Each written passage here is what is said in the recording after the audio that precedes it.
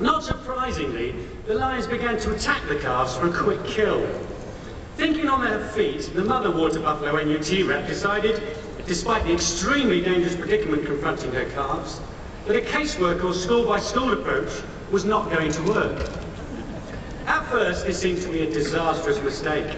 The lions began to tear at the limbs of the calves. The calves struggled valiantly in an attempt to escape, scrambling down to the riverbank in a seemingly hopeless attempt at survival. But things were to get worse for the calves before they got better. A huge crocodile, we'll call it the head teacher, emerged from the murky waters of the river, which we'll call the National College for School Leadership. With the croc, the head teacher on one side, and the lions, the ministry, on the other, it looked a racing certainty that the calves were doomed to death and defeat. But then a strange and miraculous event occurred.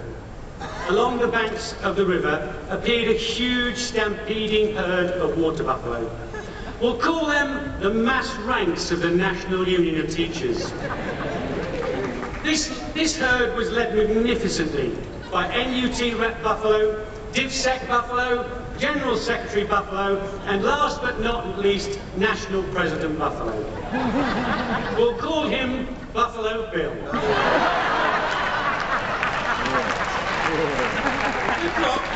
The croc, like any true modernising head, slithered back into the river. But the lions held on to the calves for grim death, hoping still for easy pickings. The chief lion, we'll call him Ed Balls, confronted the herd aggressively. The herd responded using their massive horns to physically toss the lion, balls and all, about 50 feet into the air. The rest of the lions began to panic, and soon the whole ministry of lions was scampering along the riverbank in an attempt to avoid further injury. The calves escaped any physical injury and were once again protected by the safety in numbers provided by the massed ranks of the herd of buffalo, who stood shoulder to shoulder, ever watchful, should the ministry or the head return. If water buffalo, supposedly dumb animals, know what a collective response is better than an individual one, surely trade unions should be able to recognise one. And let's be clear, what's going on in our schools right now to teachers is the workplace equivalent of the baby water crocodile being ravaged to pieces by, buffalo being ravaged to pieces by lions and crocodiles.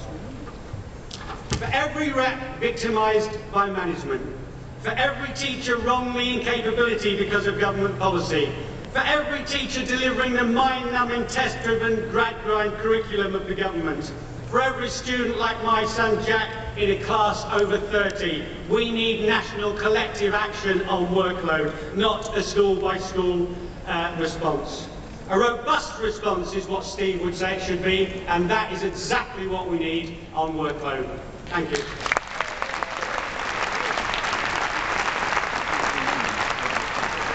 Thanks again.